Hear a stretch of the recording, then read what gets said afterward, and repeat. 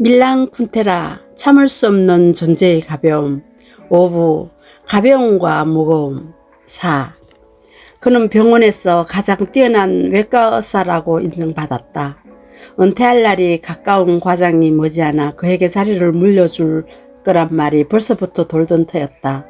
고위 당국에서 그에게 자아 비판을 요구한다는 소문이 퍼지자 누구도 그가 고집을 피울 거란 생각은 하지 않았다. 무엇보다도 그 점에 그는 놀랐다. 그런 짐작을 하게 할 만한 행동은 하지 않았는데도 사람들은 그의 지조보다는 변절 쪽에 내기를 걸었던 것이다. 또 다른 놀라운 점은 그들이 지레짐작했던 토마시의 처신에 대한 사람들의 반응이었다. 나는 그것을 크게 두 부류로 나눌 수 있었다.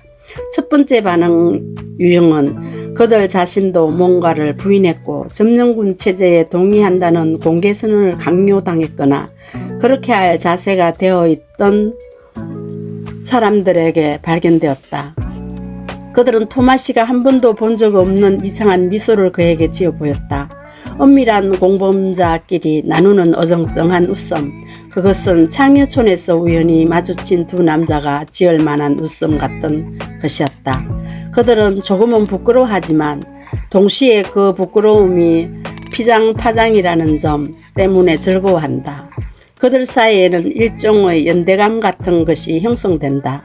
토마시가 이전까지는 한 번도 타협주의자로 보인 적이 없었기 때문에 그들은 더욱 기꺼이 그에게 미소를 지었다.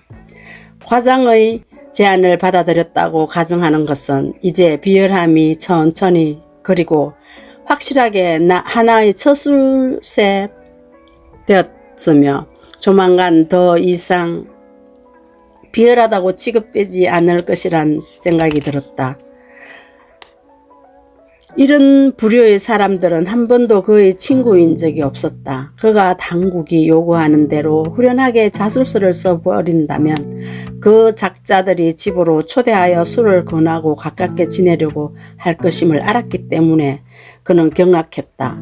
두 번째 유형은 그 자신이 박해받았던 점령군의 타협을 거부했거나 또는 어떤 타협이나 자술서를 요구받은 적은 없지만 그런 것에 굴복하지 않으리라 확신하는 사람의 반응이었다.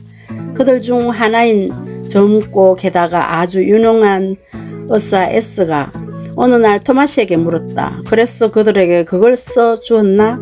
맙소사, 무슨 말을 하고 싶은 거야? 자네의 철회에 대한 하고 S가 말했다. 악의로 말하는 것 같지는 않았다. 오히려 웃고 있었다. 여러 가지 종류의 웃음이 있겠지만 그것은 전혀 다른 웃음이었다. 도덕적 우월성에 긍한 자신만만한 미소였다. 이봐, 자네가 내 철회에 대해 뭘 안다고 그래? 읽어봤어? 아니? 그런데 그런 소리를 하는 거야? S는 여전히 흡족한 미소를 띠고 있었다. 자, 우리도 일이 어떻게 돌아가는지 잘 알아. 그런 자술서는 부장이나 장관 또는 편지를 쓴 사람이 모욕을 느끼지 않도록 공개하지 않겠다고 약속한 어떤 사람에게 보내는 편지 형식으로 시이게 마련이지. 내 말이 맞지? 그렇지?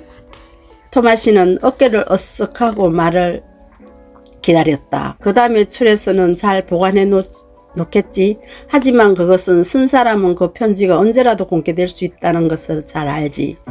그런 처지에서라면 그는 더 이상 아무 말도 못하고 비판이나 항의도 절대 할 수 없지. 여차하면 그의 편지가 공개될 거고 만인 앞에서 망신을 당할 테니까. 따지고 보면 이런 차라리 점잖은 방법이지. 그보다 더 악랄한 것도 상상할 수 있으니까. 그래, 아주 점잖은 방법이야. 그런데 내가 타협을 했다고 누가 자네에게 말했는지 그게 궁금하네. 동료는 어깨를 어쓱했지만 얼굴의 미소는 사라지지 않았다. 토마시는 한 가지 이상한 것을 깨달았다. 모든 사람이 그에게 미소를 짓고 모든 사람이 그가 철회서를 쓰기를 바라며 자기가 의견을 철회한다면 모든 사람이 기뻐할 것이라는 점이다. 어떤 사람들은 비굴함의 인플레이션이 그들 자신의 행동도 평범한 것으로 만들며 그 실추된 명예를 돌려주기 때문에 즐거워했다. 또 다른 사람들은 자신들은 결코 포기하려 들지 않았던 명예에 각별한 특권이 여전히 유지되는 것을 보는데 익숙했다. 토마시는 그런 웃음을 견딜 수 없었고 도처에서 심지어 거리의 낯선 사람 얼굴에서도 그런 미소가 보이는 것만 같았다. 그는 잠을 이루지 못했다. 뭐라고? 그가 그런 사람들의 의견을 그토록 대단하게 여겼던가? 천만에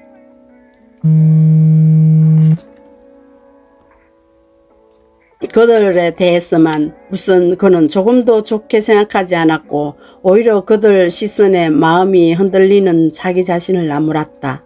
도무지 논리적으로는 설명되지 않는 것이었다. 다른 사람들을 경멸하는 사람이 그들의 판단에 그토록 매달릴 수 있는 것일까?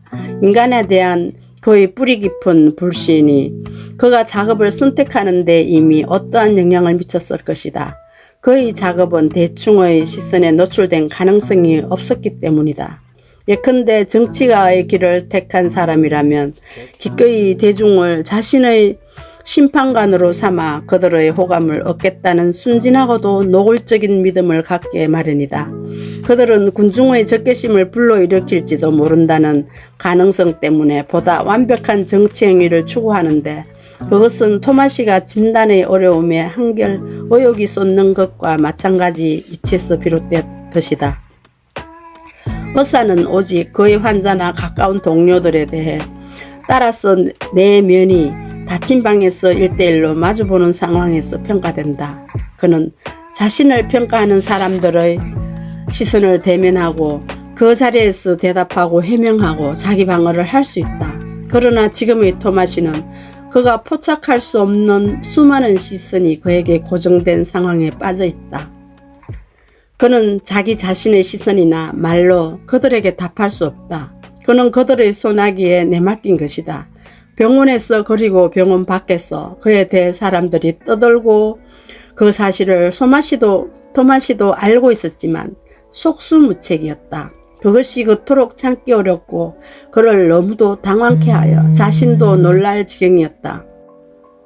세상 사람들이 그에게 쏟는 관심은 마치 군중이 밀쳐내는 압력이나 악몽 속에서 우리 옷을 벗겨내는 사람들의 손길처럼 그를 불편하게 만들었다. 그는 과장을 찾아가 아무에게도 서명하지 않겠다고 선언해버렸다. 과장은 평소보다 훨씬 세게 그 손을 잡으며 그의 결심을 기대했다고 말했다. 토마시는 말했다. 과장님, 제가 철회를 하지 않아도 저는 계속 여기 남을 수도 있을 겁니다. 이 말을 통해 그는 자기가 강제로 내쫓긴다면 동료 의사 모두가 사표를 던질 거라는 점을 넌저시 암시하려고 했다. 그러나 아무도 사표를 쓸 생각을 하지 않았고 얼마 후 토마시는 병원을 떠나야만 했다. 경청해 주셔서 감사합니다. 오늘도 행복한 하루 보내세요.